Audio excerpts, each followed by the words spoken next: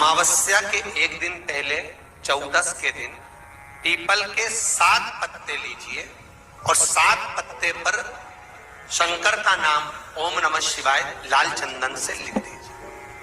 7 पत्ते पर लिखकर उसको मौली, जैसे हमने भी बंदरबान बनते ना, ऐसे मौली की बंदरबान बांध लीजिए, घर के मुख्य दरवाजे पर लगा दीजिए।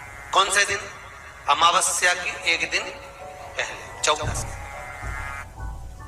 अमावस्या के दिन दोपहर के 12 बजे उस बंदरवाल को खोल लीजिए, दूध की कटोरी कच्चे दूध की हाथ में ले लीजिए और पत्ते का, पीपल के पत्ते का अग्रभाग उस दूध में डुबो दीजिए और उसको ले जाकर पीपल के पेड़ के नीचे ऐसा कैसा ही विसर्जन कर दीजिए।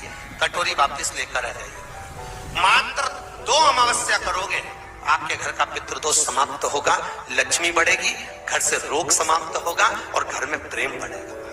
पितृदोष को समाप्त करने का इससे सुंदर कोई तरीका है। चैनल पर सुन रहे हैं और जितने लोग फेसबुक यूट्यूब पर सुन रहे हैं और जितने लोग इस पंडाल में सुन रहे हैं, और इस पंडाल के बाहर 7 स्थान शिवलिंग के बताए हैं, जहां पर भूल से भी अगर कोई चंदन की उंगलियां लगा देता है, 7 स्थान ऐसे हैं जहां चंदन की मात्र उंगलियां लगा देने से ही शिव पितृलोक के पितरों को मुक्ति प्रदान करके वैकुंठ लोक का निवास दे देते हैं।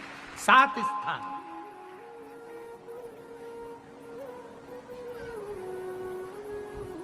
और वो 7 स्थान जो चंदन के बताए गए हैं, पहला भगवान देवाधिदेव महादेव के शिवलिंग पर चंदन का लेपन। समझ लेना जरा बहुत अच्छे से। आपको लगता है स्वप्न में कोई मुर्दे दिख रहे हैं, या कोई जल रहा है, या कोई मर रहा है, या कोई चला गया है, ऐसा भय लगता है। बच्चों को मानी भेजूंगी ऐसा हो जाएगा, पति को मानी भेजूंगी ऐसा हो जाएगा, कोई हमारे कोई गलत तो नहीं कर रहा है, आपको लगता है। 7 स्थान चंदन के बताएं महाराज। पहला शिवलिंग, दूसरा जहां गणेश जी का स्थान है, मालूम है ना सबको? जम के बोलो जरा, मालूम है ना सबको? जहां गणेश जी का स्थान है वहां अलग से गणेश जी बैठे, वहां नहीं।